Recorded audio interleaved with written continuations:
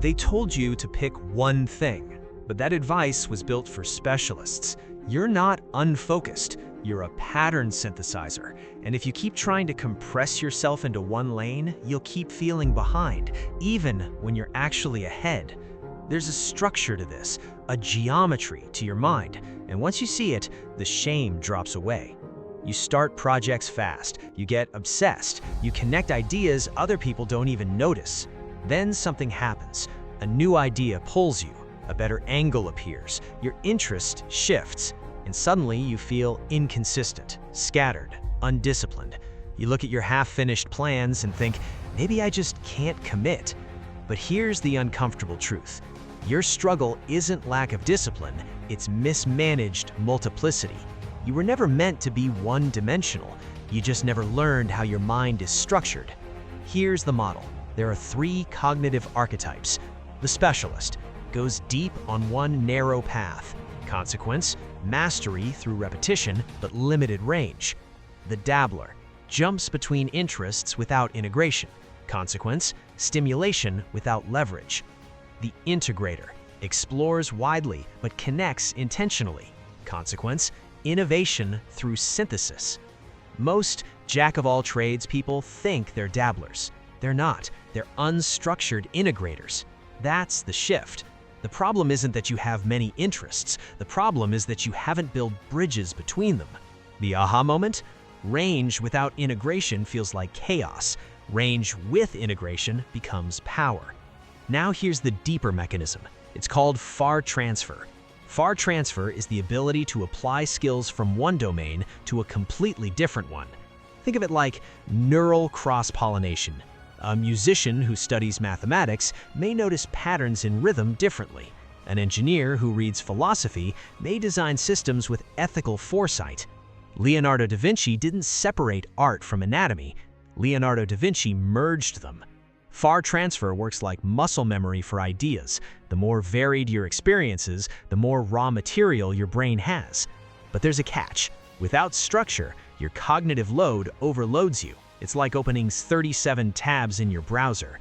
Each tab is valuable. Together, they freeze the system. You don't lack focus, you lack a tab manager. So, here's your playbook. 1. The 90-day spine.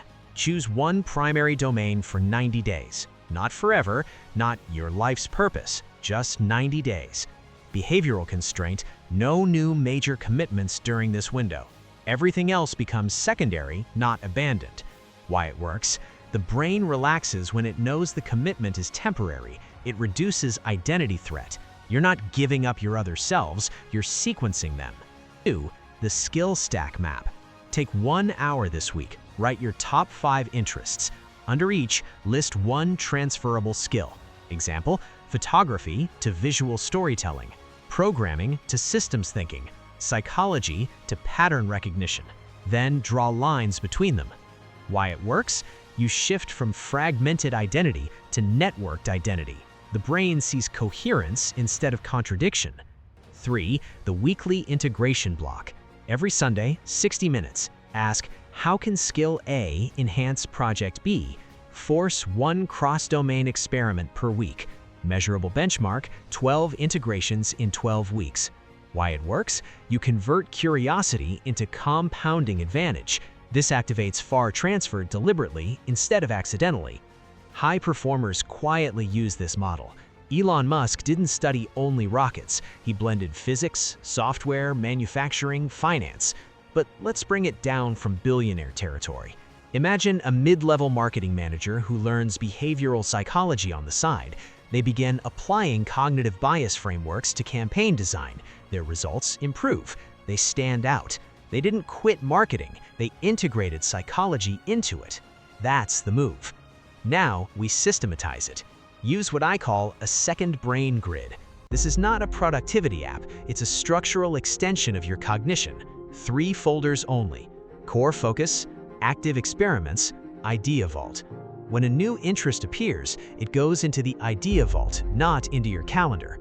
Once per quarter, you promote one experiment into core focus. This reduces cognitive noise. Your brain stops trying to hold everything at once. It trusts the system. And when the brain trusts the system, anxiety drops, clarity rises. You were never supposed to amputate parts of yourself to succeed. The world told you, jack of all trades, master of none. But the full quote ends differently. Better than a master of one. Whether that line is historically accurate or not doesn't matter. The principle does. In a world of accelerating change, synthesis wins. Specialists defend territory. Integrators design new maps. If you've always felt like you don't fit clean categories, that's not a flaw, that's strategic positioning.